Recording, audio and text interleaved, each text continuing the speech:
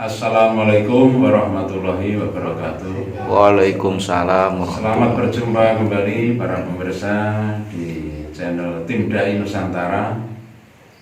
Pada kesempatan yang berbahagia ini, saya pribadi ingin menanyakan kepada Kiai Mageti. Saya pernah membaca dalam sebuah hadis qudsi, kalau nggak salah, kurang lebihnya di alam kandungan itu ada perjanjian antara roh manusia dengan Allah Subhanahu wa Ta'ala. Yang saya tanyakan, bagaimana kedudukan Nur Muhammad di saat itu. Mohon penjelasan Kiai Mageti untuk menjelaskannya secara detail. Kami persilakan waktu pada Kiai Mageti. Assalamualaikum warahmatullahi wabarakatuh. Waalaikumsalam warahmatullahi wabarakatuh. Dalam satu kitab yang membahas tentang hadis qudsi, itu memang hadis qudsi itu adalah hadis sebelum kedatangan Rasulullah. Jadi yang pernah diterangkan di situ, saya akan menerangkan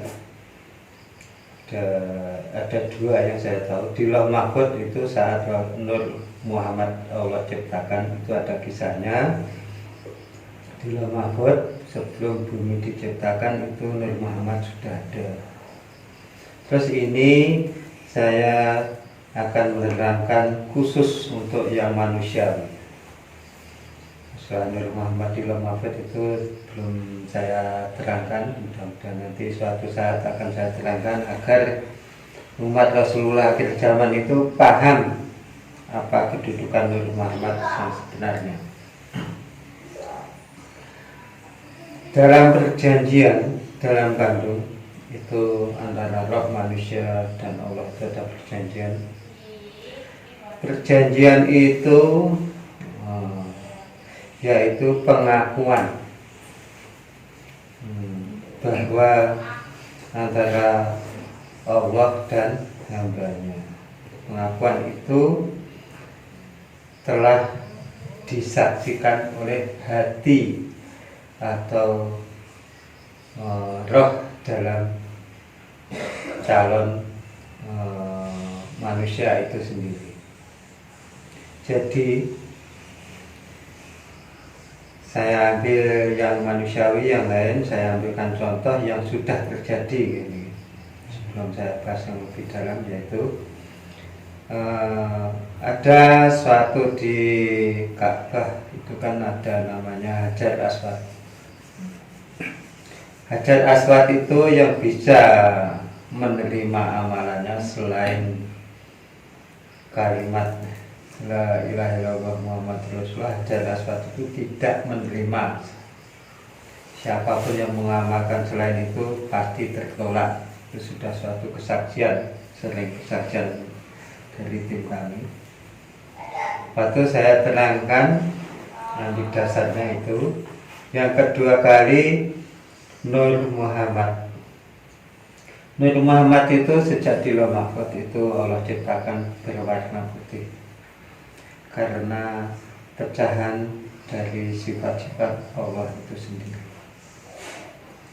Yang berwarna putih ini akan saya mengaitkan bahwa perjanjian itu dengan kalimat La ilaha illallah Muhammadur Rasulullah itu adalah fondasi. Nah, perjanjian roh dengan Allah, roh manusia dengan Allah itu disaksikan oleh Nur Muhammad.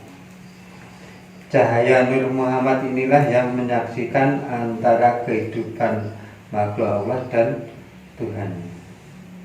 Jadi calon manusia, calon makhluk hidup itu apabila sebelum lahir ke dunia itu sudah disaksikan oleh Nur Muhammad. Setelah disaksikan Nur Muhammad, perjanjian itu adalah dengan perjanjian kalimat la ilaha illallah Muhammad Rasulullah. Itu perjanjian di dalam hati atau di dalam jantung, bukan di luar jantung. Itu perjanjian yang tidak bisa berubah sampai kapanpun. Kenapa kok tidak bisa berubah? Itu adalah kunci kehidupan setiap makhluk Allah, yang tidak akan ada makhluk pun, siapapun yang bisa membongkar rahasia itu kecuali kehendak Allah itu sendiri. Jadi Nur Muhammad itu sebagai saksi calon kehidupan di muka bumi. Setelah itu, setelah perjanjian itu akan muncul 4 elemen kegelapan. 4 elemen kegelapan ini adalah dari golongan jin, golongan iblis, golongan setan maupun golongan siluman.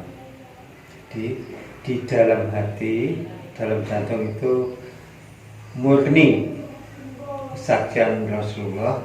Setelah itu di luar jantung atau di kulitnya jantung yang luar itu diselimuti oleh 4 elemen tadi. 4 elemen itu adalah golongan jin, setan, iblis, dan siluman. Terus jantung yang dijadikan saksi tadi, apabila bayi lahir, dia akan mengikuti kehidupan orang tuanya. Dalam kehidupan orang tua itulah hati itu tertutup dan terkunci. Tidak ada yang bisa membuka selain kebesaran Allah itu sendiri. Nah, itu namanya kunci kehidupan.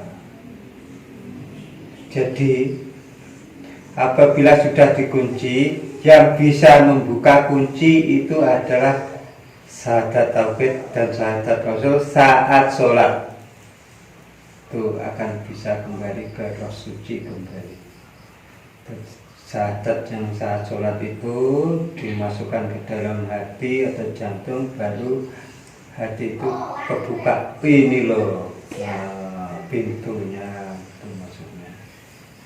Jadi kalau selama hidup mulai lahir sampai saat ini kok dia merasa sudah makrifat, saya sudah tahu alam sana sini, saya dapat petunjuk sana sini, itu mohon berhati-hatilah.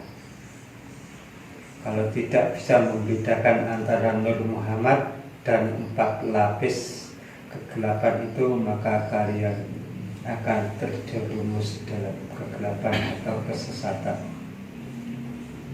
Jadi untuk kita kembali ke Nur Muhammad lagi adalah harus melalui mengislamkan hati, melalui sholat. Nah, itu kunci utama, kunci kehidupan. Selama orang itu tidak pernah membuka pintu hati, selama itu juga hati itu akan gelap dan diselimuti oleh kegelapan 4 elemen tadi. Nah, makanya 4 elemen ini bisa memberi petunjuk, bisa membuka alam gaib, bisa bermacam-macam apa yang dikehendaki oleh manusia saat hidup di dunia. Nah, ini harus ada. Jadi harus kita pahami ini semua. Apabila kita sudah memahami 2 tahapan ini, maka marilah seleksi diri. Jangan sampai manusia itu menghamba pada golongan jin, setan, iblis. Kembalilah kalian menghamba pada Allah dengan kasih, dengan kesaksian syahadat tauhid dan syahadat Rasul yang diislamkan melalui sholat tadi. Jadi itu adalah intinya. Jadi manusia itu saya sudah mengatakan di konten-konten yang kemarin, berhati-hatilah dengan 5 makrifat yang berbeda alam. Kalau kalian tidak bisa membedakan, maka kalian akan digulung oleh makrifatmu sendiri dan disesatkan oleh makrifatmu itu sendiri. Maka berhati-hatilah. Lebih baik kalian memberi atau meminta solusi kepada tim kami, tim Dai Nusantara, agar kalian benar-benar menuju jalan yang diridhai Allah dan berdaya iman kalian, cahaya Nur Muhammad itu sendiri yang jauh dari kesesatan. Jadi apabila kalian dalam tubuh kalian itu masih diselimuti oleh sebangsa kodam, sebangsa jin, setan, iblis, maka saat itulah segeralah kalian kembali menuju tauhid yang diajarkan Rasulullah sampai saat ini, sehingga kalian menuju jalan keselamatan. Sekian dari kami, mudah-mudahan bermanfaat untuk seluruh umat manusia, khususnya umat muslim. Mudah-mudahan bisa terketuk hatinya untuk kembali jalan yang benar. Hidup Dai Nusantara. Jaya, jaya, jaya.